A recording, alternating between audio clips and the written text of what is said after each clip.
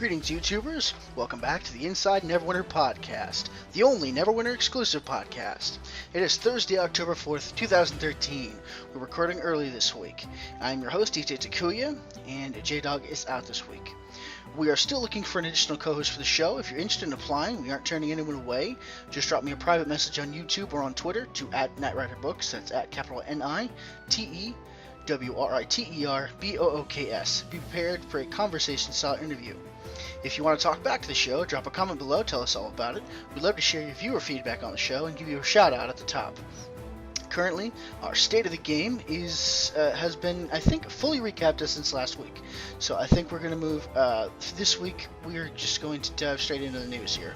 But first, I wanted to talk a little bit about, talk about what Sharandar progress has been made, what kind of future we can look to after that's done, and the clues we have as to where Neverwinter is going. Now, I don't want to talk too long about this, but I do want to fill a little bit of time here.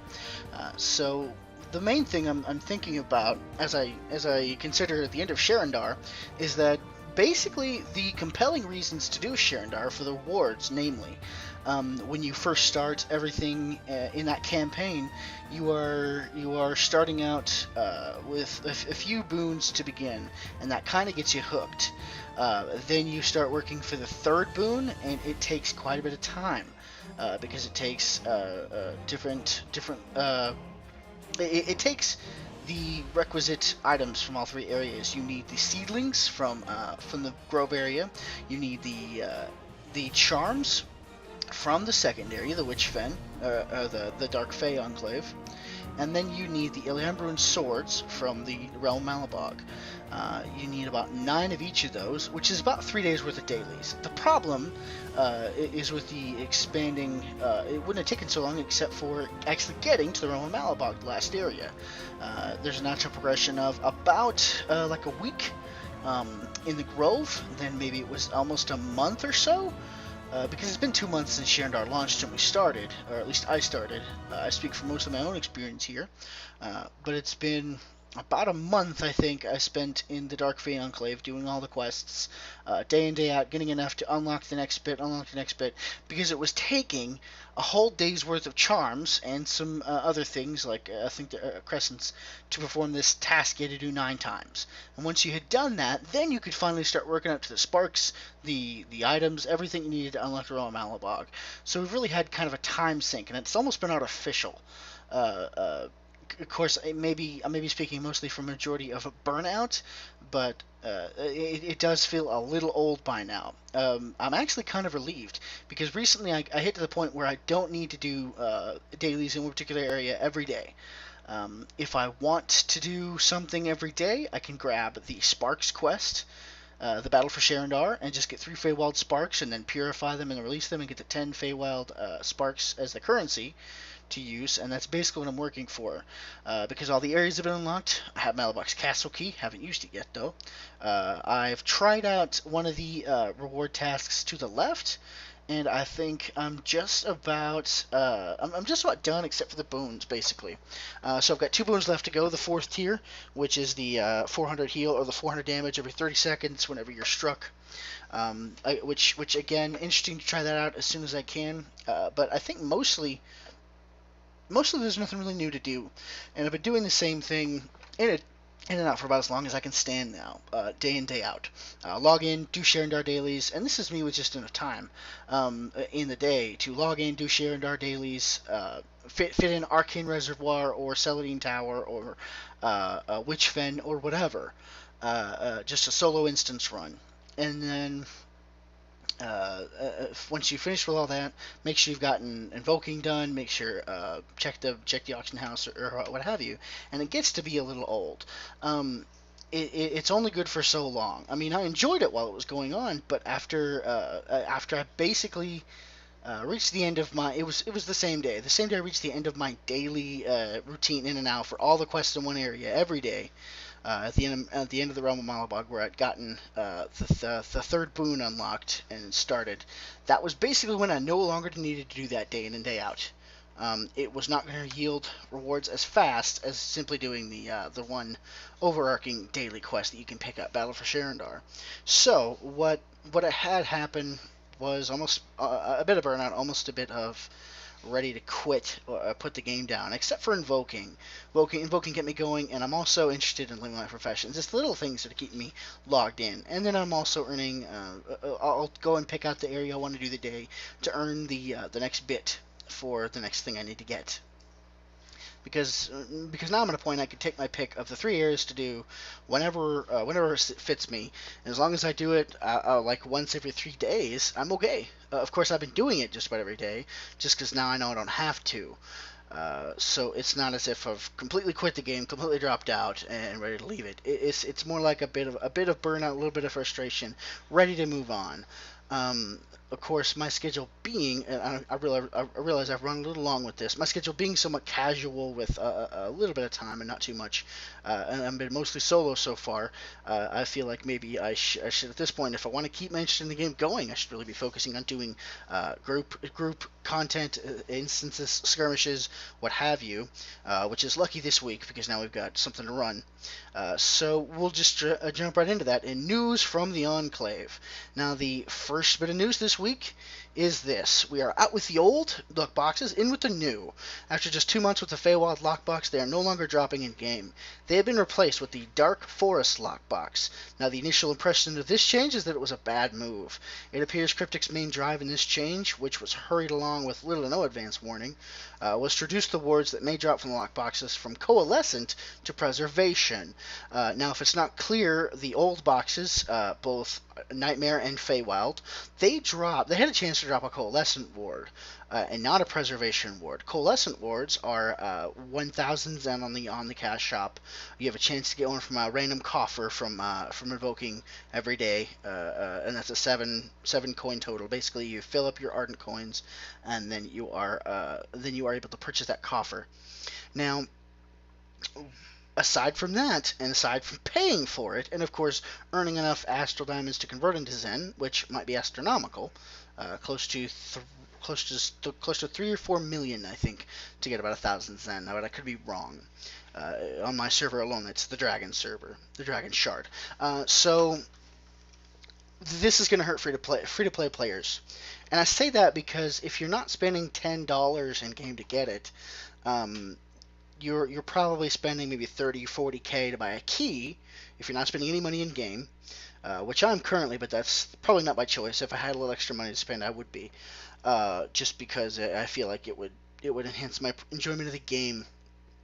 If you do not have any money that you're sinking into the game right now, you're not going to have as easy a time getting the Coalescent wards. You're going to have to be searching for the slightly more expensive Nightmare and Feywild lockboxes. Now, the Nightmare lockboxes have their own problems. They were involved in the Nightmare Thursday scandal, where they were exploited to get extra mounts, and a lot of people made a lot of bad money off that. It was unfair to a lot of players.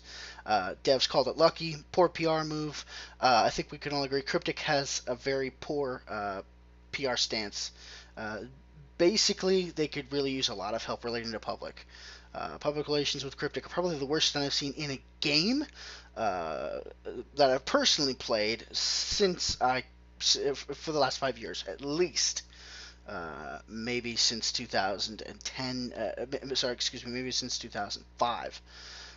Probably the worst PR for a game I have seen yet, because they keep on making these faux pas, such as calling the Nightmare Thursday scandal calling it lucky.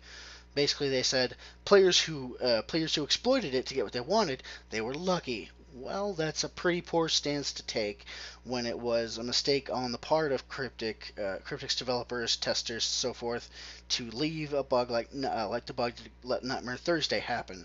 And if you're not familiar with Nightmare Thursday, we did talk about it that week it happened. I think it was episode 3. But just to quickly recap, Nightmare Thursday had a bug. It was right after the Fury of the Feywild launched, and it had a bug. It was episode 2, in fact. It had the content I'm sorry, the Nightmare lockboxes that were getting replaced with the Feywild lockboxes, they had a very increased chance to drop the Nightmare Steed, the mount. Since the mount is worth at least 1 million on any server, more than likely twice that at least. Since it's worth at least that much on any server, it was a poor choice to allow so many people to get so many, and then to not address it by rolling it back. They caught it within a couple hours. It wouldn't have been that big of a deal in the long run to fix that. However, they did damage their public image with that problem. I fear they're going down much the same road with this change, and the only reason I can see for it is greed. They could have kept the money with Nightmare Thursday by simply refunding Zen or refunding keys to those who had opened so many boxes. But for some reason, Cryptic didn't want to do that. And if anyone from Cryptic wants to address that and tell us exactly why, please feel free. Contact me in email, contact me through Facebook, contact me through YouTube, through Twitter. If you want to email me, get with me in that, and I'll send you an email. You can correspond that way. But the problem basically lies with Cryptic's public relations. We have very poor relation to the public with this game. It may be that way with Cryptic's other games, Star Trek and Champions. I'm not sure. I do know that I played Champions briefly. Most of the allure for that game lies in a custom character, and that's $50, or to be a subscription member. Now, if to go on a brief tangent here, if you want to subscribe to, if you become a subscriber of Champions Online, you basically paying the same as you would for any other game, 15 a month, and you're getting out of it the ability to make freeform characters which aren't stuck to an archetype. If you're not a player, this doesn't mean anything to you, but if you are, the big problem with that is the fact that we do not have a relatively free or even remotely free way of achieving that. It's not pay to win. It's just pay for the purpose of the game, basically, to create a custom hero. For instance, if you wanted to make a character who had a mix of powers between melee and maybe like throwing fire or spitting fire, you could do that with a custom archetype, a custom character, with either being a gold member through subscription or just paying a $50 fee to unlock one character slot that is freeform. That's kind of a problem. In terms of, it's a little bit too much money for the cost of it, and it's not quite worth it in my opinion. Now, we're beginning to see the beginnings of that in Neverwinter. Neverwinter does have the exchange, the Astral Diamond Zen exchange, which allows you to basically take your in-game efforts and translate them into the real money currency that everyone else is able to achieve with their wallets. So in essence, making the playing field level. Not necessarily equal, but it is enabling everyone to access the same rewards, whether or not they paid for them, which is a step in the right direction.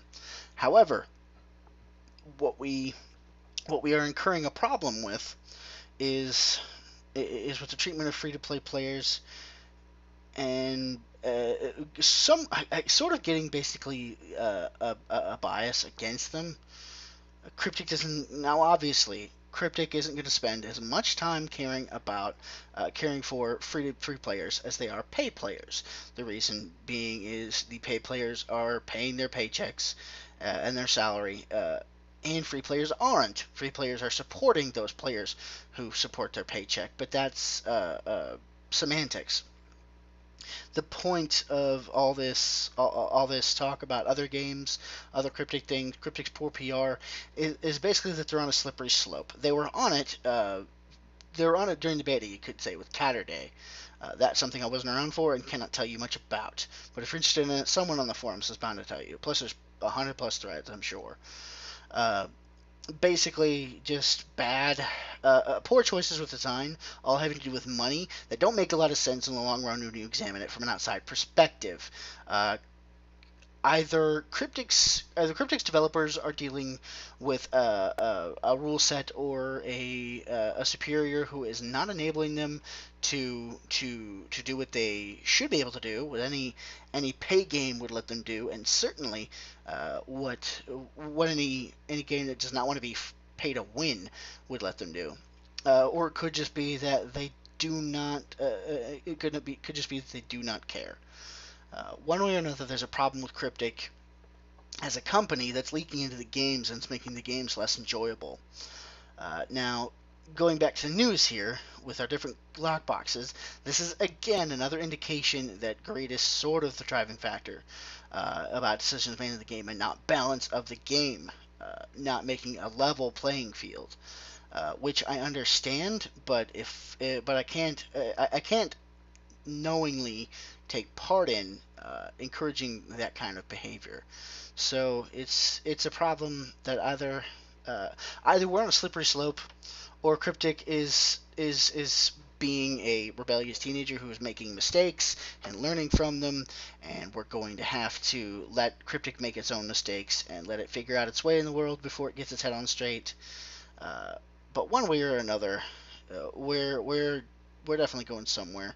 We're gonna see one of the two outcomes: either the crash of any drive of any players to play Cryptic games, which in effect kill the game, or you're going to see Cryptic fix everything and become a mainstay of free-to-play games, and basically the number one name in anything that doesn't require you to pay $20 up front, and then $15 a month for a sub.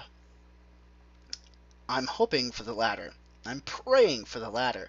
Cryptic, get your heads in the game and out of your behinds, and get on it, because this isn't helping the games. This isn't helping you. This isn't helping free players. This is only barely helping pay players, because sure, they can get what they want by paying for it right now. When the game doesn't have anybody else for them to play with it, it ceases to be an MMO. It is just an online game, and they will stop playing. The servers will shut down. Uh, we we probably have somewhere better to spend our money and time. Pay players their money, free players their time. That's why I say money and time. If you don't get your act together, so um, the other bits of news have to do with about this along the same line. Just to really quickly, this week we did see a change briefly mentioned. Uh, it's a bit of news that came to us that they didn't elaborate much on. They did not specify anything, and it almost makes you wonder why they bothered to tell us. What they said was this: in a news article this week, Cryptic said excuse me, they're moving toward having the technology and the finances for a shard merge to merge Dragon, Mind Flayer, and Beholder into one shard, where all the players will play together. That would help the game in terms of not being everybody being split up. The market could be a solid thing. We wouldn't have divided markets and auction houses economies for the games for each shard. But we don't know anything about it. Cryptic's news, when they break news, it seems to be in bits and pieces. They kind of want to tease things a couple of weeks before they're ready to say anything, which, in my opinion, is poor business strategy, as well as it does not make for a very fine game. Now, moving on, the other main bit of news here, other than the new lockboxes, is the new Call to Arms event, dubbed Straight to the Helm. It has begun today. It is running for approximately 4 days. That's a very small window for an event. Even so, this Call to Arms will award a new companion, a new enchant, new transmute gear, and new dies. Now, the most important question here is why this event's only going on from now until the 7th, 10 a.m. on October 7th. Are they going to be surprise extending the event when that day rolls around in an attempt to garner goodwill? If they did do that, why? Why in the world would you do something like that? That would only serve to underline how devious Cryptic is. If not, why the heck even bother? A 4-day event over the weekend? I mean, I guarantee you, 10% of the 10% of the player base, free or not, is not going to be able to play that because they have stuff to do on weekends. You know, they have Saturdays where they spend with family or friends or whatever. Sometimes they just work Saturdays as well. They don't get a vacation over the weekend. They don't get the 2 days off. Sundays is church, more family, more work, more what have you. Uh, um, all sorts of things that families do on Sundays. And then Monday morning is when it's going to end. So basically, if you want to play this, you've either got to get in Thursday night, Friday all day or night, or maybe Saturday sometime if you can cut out some time. But namely, that's just too small a window for a quote unquote 2 million player base. Uh, I'm sure that fluctuates quite a bit, but I'd be willing to bet it's a little bit under 2 million. More than uh, more than ever, I would say. Yeah, it probably will have dived a little bit, which is normal. MMOs do that from time to time. People get bored, people get busy, people don't care. Especially in a free-to-play game, they have no investment driving them. They don't have going, oh, I spent $15 to play this game this month. I better log in like a couple hours and do something. That doesn't happen in this game because they spend money when they want. They don't need to subscribe. Now, I want to encourage you to do your best to get into this event through the weekend. We'll have to see what happens come Monday the 7th. Now, everything about this event is it's called Straight to Helm, presumably because that's the name of the skirmish around the Helm's Hold level. It is a very short skirmish. It's kind of good to see a call to arms again. We need more of those, but they need to last more than 4 days. Call to arms can be very fun because new companion, new enchant, new items, all very exciting. Now the new companion is a tank paladin. It's a Helmite paladin. Those ghosts that you'll see during the skirmish there, the call to arms skirmish. That's the companion, and it's a tank companion. Or at least it appears to be. Its abilities. Here, let me click the article here. You'll have a link to that on the page. And it's going to break down the Helmite Ghost Paladin Companion as initial points in defensive regeneration, as well as 2 offense slots, 1 defensive slot for runestones, 1 waste slot, and 2 ring slots. Assuming waste is the first slot, ring is the second, and then the second ring slot will be locked until you reach level 30 or so, if you choose to upgrade the companion. Now, the companion is a green companion, meaning its max rank is 20, and 3 skins you'll have to pick from. Now, the companion has 3 powers. Shield Bash, which is basically like Tide of Iron for a Guardian fighter, deals physical damage, melee 3-foot cylinder, 8-second cooldown, so pretty simple 1 target damage. And then Sweep, which is kind of like the Cleave. So again, like a tank pet. And then level 30 ability, which you won't have unless you upgrade it. Shield Bash applies a seal to the target for 5 seconds. It throws a debuff on that. Initial Shield Bash ability. Attacking a target inflicted with a Helmite Seal heals the attacker. So it's basically going to let you get some healing back from that, from doing damage to that pet. Now, healing is always a good thing. Wherever you can get it, especially if you don't use a cleric pet. So, I mean, that might be worth picking up if you happen to get it and binding it to you. But like all of them, it's only going to be available for a limited time. I remember the Orc Wolf was only available, and it's gone up about 20,000 AD from its initial 40,000, which is about $1 or $2. But of real world money, and then traded. So that's about what that's worth. Ultimately, you can get things, but it's player provided. It's It's not necessarily supported by Cryptic. They don't make as much money as they would if you bought it straight off of them. But they enabled it because I don't know why they did it, but I'm willing to bet it's because of the simple fact. Not everybody's going to be willing to put down 25 for a companion or 40 for a mount, like that freaking unicorn. But nevertheless, people are excited to get something like this that they can get by playing the game. In fairness, we point out the bad moves they've done lately. This is a good move. More stuff that people can get just by playing. That's what you want in a free-to-play. You don't want it to be pay to win. You want it to be play to win, which is what you're going to get here. I mean, when you're picking a companion, you want you want the ability to pick several. So this seems like a good move to get. You know, he doesn't seem too powerful, but he does seem to have his uses. I'd be interested to have one and play around with it. I might not. I might not put him on my Guardian fighter. Although, heck, I mean, another another Guardian fighter pet would be kind of fun. You're just walking around with like a ghost version of me, basically. But who knows? Hopefully, I could get it on all my characters. In any case, if it's really worth that much to me, I guess I could earn the money, or pay for it. We also have what's called a cruel enchantment. Now, the cruel enchantment, if you remember the savage enchantments had basically two stats, and they roughly equaled out to about half of what you could get out of. Well, not half actually. In terms of pure numbers, you could get higher numbers individually from Savage enchantments than you could from regular enchantments. Dark Radiant, Silvery, Azure, so forth. What I mean by that is when you add up the amount of stats you're getting from a cruel enchantment or a savage enchantment, you're getting more stats total than you would be with a silvery, radiant, dark, or azure enchantment. The downside is that it's split between two stats, and there's only one of it. So it means if it leaves out any stats, it's not useful for not useful for everyone. Now the cruel enchantment, the offensive slot is power and recovery. The defensive slot is defense deflect.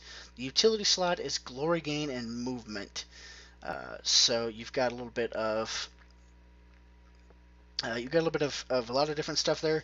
None of this, I wouldn't say none of the stats, but not the primary stats that I'm trying to get more of, which would be armor pen and actually recovery. I do go for, but defense and deflect currently it seems more important to get aggro, so I'm searching more for that. So I wouldn't mind, I wouldn't necessarily mind defense and deflect, but it seems like I got more than enough of them and not enough to keep aggro, so I'm going for a more threat build. Of course, I am trying to keep two sets of gear. Now, players will receive one rank 2 up to rank 5 cruel enchantment during every Call to Arms skirmish completion. And additionally, rank 1s and 2s drop from creatures while running the skirmish. If you remember the drop rate that came from the other skirmish, it seems like this one's a little bit lower from pure minions, where you could get just bukus of them. I went around and did one day and did a whole lot and got plenty of low rate savages to turn into higher rank savages. But even if you don't, you get rank 2 to rank 5, in the chest at the end there, along with the other awards. I can't remember exactly what all they were because I didn't take time to write them down.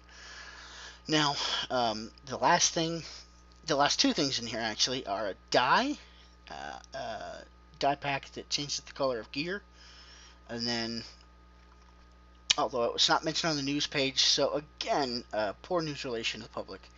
But the last thing is transmutables, which highly resemble what we did with the Orc Assault skirmish. So they're custom weapon designs, and they look pretty cool. They're gold kind of pointed tribal design kind of weapons. The longsword for guarded weapon fighters, the icon for not the icon for clerics, the implement for clerics, whatever you call your cleric weapon there. An axe for guardian fighter, or for it's kind of like a spiked discus actually for a wizard. And it looks like an axe of some sort for rogues, maybe a scythe, but it looks pretty good. And again, it's with this new change of transmutables, things that come from like a Call to Arms will all be free to transmute. With the Orc Assault ones, with the Midsummer, everything, Sunite, Tiefling, of course they don't announce the name here, so I'm sorry I don't know it yet. I didn't get one. So between the ones from Call to Arms, the one from the Midsummer, and a Tiefling weapons, which I'm not sure where those came from, but they all are free to transmute now. You can take the look of those, put it onto your weapons for no charge. It does not cost you anything to do that now, which is a step in the right direction. So another 0.1 in another 0.4 Cryptic, although I would still weigh it about maybe at least half or maybe less than the value of each of these ups for the big downs that they've got. But it is progress. It is something. So, of course, there have been a couple other things. Now, like content, couple fixes for stuff, couple one class change for one power for control wizards, and such. There's always something small getting fixed in patches, but that's the big news here. So again, links to both of those parts, the article about the new lockboxes, the article about the new call to arms, both going to be in the description on the video on YouTube. If you're not listening on YouTube, you can find a link to the YouTube video wherever you found the link to where you're listening to the podcast otherwise. Now, all in all, gotta say, I'm not terribly impressed. It comes at a particularly unfortunate time that this Call to Arms comes in. Had this event launched just a week after the Midsummer Festival ended, I think this would have been welcome, because we had about two things to do in Neverwinter at the time: Sharandar and Midsummer Festival, which was enough to keep us busy for a couple hours a day, at least. That's if we didn't run dungeons or anything else. Now, as it is, we're just about to the end of the Sharandar campaign, like I mentioned before. We're almost done. I mean, once we get our boons, we don't really have any driving reason to get that, except for if you don't have Ring or Cloak, get that one. But otherwise, and I don't think that enchantment's really worth it, because it gives you a 1% chance to do something that might benefit you. I think you've got better things that fit in a weapon slot or an armor slot, but I could be wrong. If you have something insightful about those, the Fey Touched enchantment, or any of the other rewards from the Sharandar campaign that I might be glossing over, feel free to share it. I just don't feel like after the boons there's much worth getting there. At least without doing Mailbox Castle or anything like that. That in itself might be something from Sharandar to do. But as it is right now, we're just about to the end. I can speak for myself that way. I'm almost done working my way through all the boons. Once I'm done with all those, I have no real reason to set foot into Sharandar. So what will I do after that? If there's no campaign for me to work on, no call to arms to run like a madman, because this one's only going on for 4 days, and if I can't get the time for a dungeon run, I may be left only logging in to invoke and hope for a coalescent word in my coffer at the end of the week, which are bleak prospects for an MMO. Of course, all this is being said before I know if they're going to surprise extend the event or fill in the time with something else that they have planned. But as it stands, it looks like the end of content, the end of an expansion lull, actually. So the cycles are much faster. My prediction is that we'll go through this for as long as we did after we stopped getting new content. After launch, and then we'll get lots of stuff, lots of teases, stuff on the preview shard for the next module. We'll get more information about what's coming, the new class. Fingers crossed for an archer. That's my personal horse. I know a lot of you are with me. I know a lot of others of you are more in favor of a warlock, for a dark caster who damages rather than uses elements or holy, which is it's up to you. It's kind of a coin toss, really. In the end, I just picked the archer because I'm kind of fond of Legolas and just bows in general. Archery was one of my things when I was a kid that you can do. It was kind of cool. So I still have kind of a soft spot in my heart for it. So I pick on characters like that, and I generally like that thing of stringing a bow, aiming an arrow and letting it fly, and then quickly reaching into the quiver behind you, stringing a new arrow and letting it fly as well. So I mean that's just my personal little teddy bear to hug, my little song to sing. I like bow and arrow classes. If I could do sword and shield and then switch to bow and arrow, I'd be great. Of course, Tesso's coming out sometime. I haven't really been following all that well, but Tesso might be a good place for me to do the two sets of one bow and arrow, one sword and shield. But anyway, that's just me rambling. That's my soapbox there. Just filling time because I can, because it's my week. You know, it's my week to do alone, so I just kind of talk. So that's all the news for this week. Let's move on to Featured Foundry. This week's Featured Foundry is from someone we've seen before, and it's a storyline tied in with what we've seen before, but it's new and exciting and very well done. The campaign is named An Unlucky Adventurer.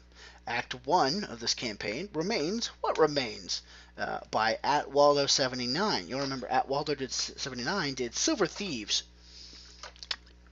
pardon me, which was about retrieving a silver mirror, fighting through a sewer full of kobolds, other minions, all very well done. I complimented that foundry for its combat and its well done combat. It wasn't particularly story heavy, didn't feel like it needed to be. The combat was spot on, the gameplay was spot on. It was a good foundry without needing to delve into particularly deep or moving storyline. The storyline was sufficient. Now, it was fun. A short romp full of action. I hailed it for doing what it did well. This foundry is very close to it, both in characters and story, and gameplay. And like the campaign written by this author, this campaign is a sewer run, full of angry kobolds, a few hair-sporting trolls, which are new, and some venomous spiders. Unlike the other, this foundry featured something completely new for a foundry, something I had never seen before. The story begins where the other one did. You meet up in a barmaid to give you your breadcrumb quest to pull you in. From there, you meet one of the bar regulars who tells you everything you need to know about rescuing the titular remains of the ghost NPC you met in Silver Thieves named Spoon. Spoon was an adventurer like you until he took a fall down into the sewers, which broke his leg and resulted in his death. His shade carries on in the mortal realm, and it's up to you to rescue him from his final resting place in a dirty sewer and lay him to rest in a proper grave. To do that, you have to re-venture into the sewers of the first quest, this time from a new entry point, a new layout. Everything is as you might expect until you reach a portcullis, which has no switch nearby. No key given to you by NPCs for just such an occasion. When you hit such a dead halt, what are you to do? Why, look up, that's it. I won't give what you have to do away explicitly, but suffice to say I was pleased with the solution. It was a masterful touch by @Waldo79, and it earned him the spot, or her the spot, in the Featured Foundry this week. You can find the campaign's first adventure with the short code NW-DC-ESQC S6H. Excuse me. Sorry, I'm having a hard time saying that. It will be in the description on YouTube if you're looking for it, or by searching for @Waldo79 in Adventure Search in the Catalog tab of the landing page. If you haven't played Silver Thieves yet, be sure to check it out as well, maybe to contribute to your 4 founders for your Never, Ember, and Rick's daily quest. Now, I'm going to stay true to what I said. I'm not going to tell you what the solution is when you get stopped. It gets stuck to this point, you can't go no further until you figure it out. What I can say is that it was surprising to see something new, something I have never seen done by a foundry author in designing a foundry. In terms of how it designed, I'm willing to bet it wasn't favorable with the foundry tools, and it made it so it probably required a little extra work on the behalf of @Waldo79. So hats off to @Waldo79, getting on the Featured Foundry twice so far. Now, I only ever tend to feature Act 1 of campaigns, and that tends to be because I want to start you off on the quest and then let you do the rest on your own. And I like to start the quests and review it and not try to not give away spoilers for story from previous foundries or what have you. So if you enjoy such things, make sure you check out An Unlucky Adventurer and Act 1 Remains What Remains by @Waldo79. I'm sure I've said that about 20 times so far. I'm not saying he doesn't deserve some exposure, but I'm sure you're getting tired of it. Okay? So, I think that's about it for us this week. We've covered everything we had to tell you about in news and foundry and other state of the game information. Our intro and outro music is copyright Cryptic Studios, Perfect World Entertainment. We don't own it. If you're interested in hearing me talk about Neverwinter more, you can find my Let's Play with my son, Elf Devoted Cleric, on my channel. New episodes coming soon, but I'm currently up to, if not finished by now, the Tower District. As I recall, I was sitting around in one of the last quest hubs before you finish that zone up. The Featured Foundry information will be in the description for this video on YouTube, so be sure to check that out, along with the link to the patch notes, a link to the Traits That Helm Called Worms article that Cryptic put out. Not the most devoted of news coverage, but it is something to read that gives you a little more visual. If me telling you about something doesn't stick with you, I'm sure reading will. That's the way I am. I have to read something. So, from me, from the absent J-Dog, thanks for listening. You should take good care. We will see you next week. Safe travels, Neverwinters.